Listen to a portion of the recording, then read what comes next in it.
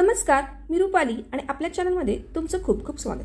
आज आपण या व्हिडिओमध्ये रथसप्तमी 2025 याबद्दल माहिती आणि रथसप्तमीचे व्रत कसे करावे, त्याची पूजाविधी काय आहे, तसेच या दिवशी दूध उतू का घालावे आणि या दिवशी कोणती कामे केली म्हणजे आपल्याला चांगले आरोग्य फलप्राप्ती होते याविषयी आपण संपूर्ण माहिती घेणार आहोत. तत्पूर्वी तुम्ही जर चॅनलवर नवीन असाल तर चॅनलला पटकन सबस्क्राइब करा आणि ही रथसप्तमीची माहिती तुम्हाला आवडली तर आपल्या या व्हिडिओला लाईक करा आणि जास्तीत जास्त शेअर करा आणि हो, कमेंट करायला विसरू नका. मंडळी, दरवर्षी माघ महिन्यातील शुक्ल सप्तमीला रथसप्तमी साजरी केली जाते. असे मानले जाते की या दिवसापासून सूर्य आपल्या रथात बसून उत्तरेकडे प्रवास करतो, म्हणजेच सूर्याचे उत्तरायण सुरू होते. या रथाला 7 घोडे असतात, म्हणून या सणाला रथसप्तमी असे म्हटले जाते. त्याचबरोबर या रथाला 12 चाके असतात, जी 12 राशींचे प्रतीक आहे, तर 7 घोडे हे आठवड्यातील 7 वारांचे प्रतीक आहे. मंडळी, आपल्या भारतीय संस्कृतीत निसर्गाला देव मानले आहे. सूर्य आपल्याला प्रकाश आणि उष्णता प्रदान करतो. सूर्य नसेल तर ही कल्पनाच आपण करू शकत नाही. त्यामुळेच या दिवशी आदित्य नारायणाची पूजा केली जाते.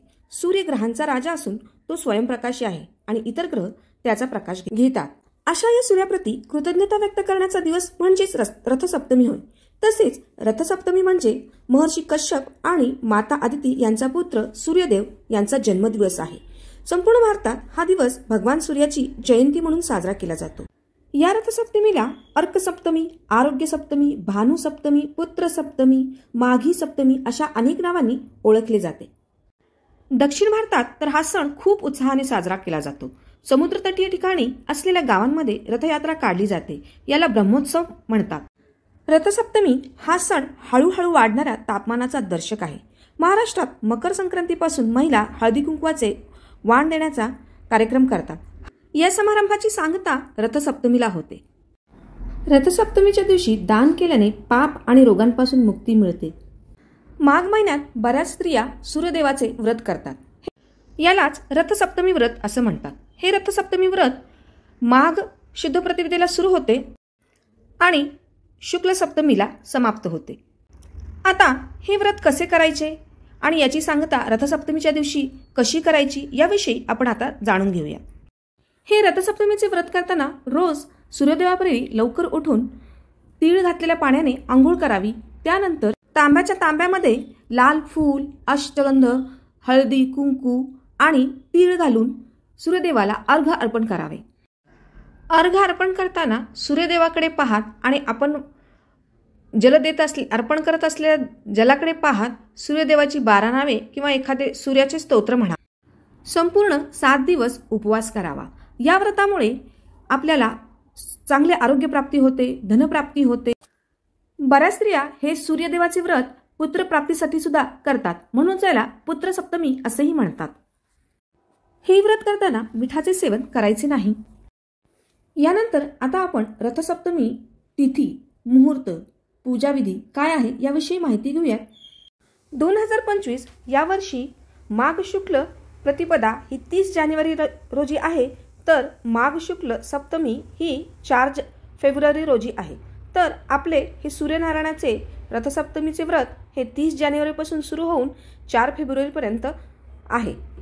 4 फेब्रुवारीला रथसप्तमी तिथी ही पहाटे 4:36 सुरू होऊन 5 फेब्रुवारीला दुपारी 2:30 आहे.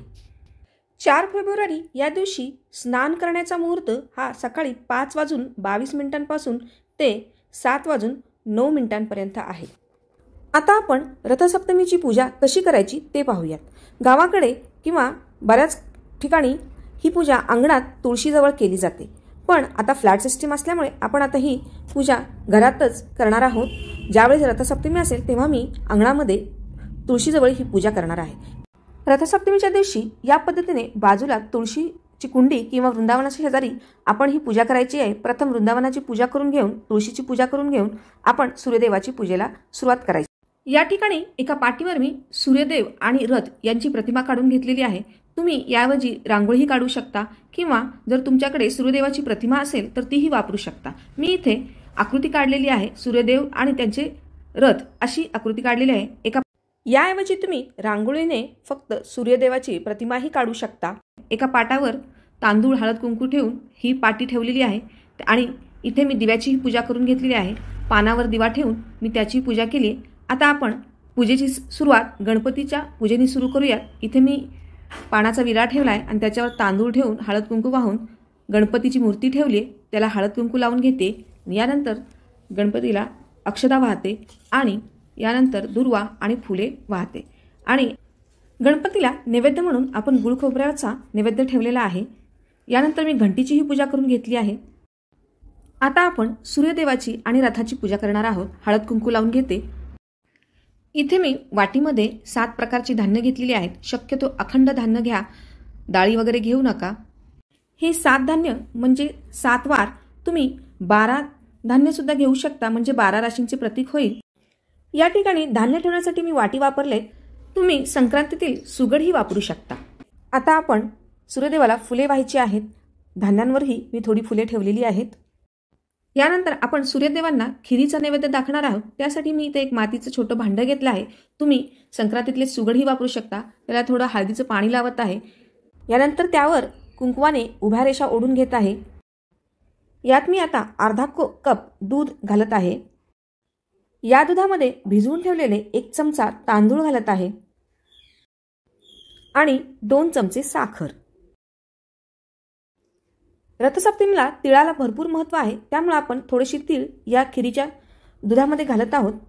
इथे मी अगोदरच गॅसची शेगडी स्वच्छ पुसून त्याची हळद कुंकू वाहून त्यानंतर एका पानावर अक्षता ठेवून दिवा ठेवून या शेगडीची पूजा करून घेतलेली आहे आणि आता आपण यावर आपलं जे सुगड आहे, मातीचं सुगड आहे, ते ठेवणार आहोत आणि खीर तयार करून घेणार आहोत। बऱ्याच ठिकाणी अंगणात गोवऱ्या पेटून त्यावर मातीच्या भांड्यात दूध घालून ही खीर बनवली जाते आणि दूध उतू घातलं जातं, पण आजच्या आधुनिक काळात फ्लॅट सिस्टीममध्ये ही पद्धत करणं शक्य नाही, त्यामुळे आपण शक्यतो गॅस शेगडीवरच ही खीर बनवणार आहोत।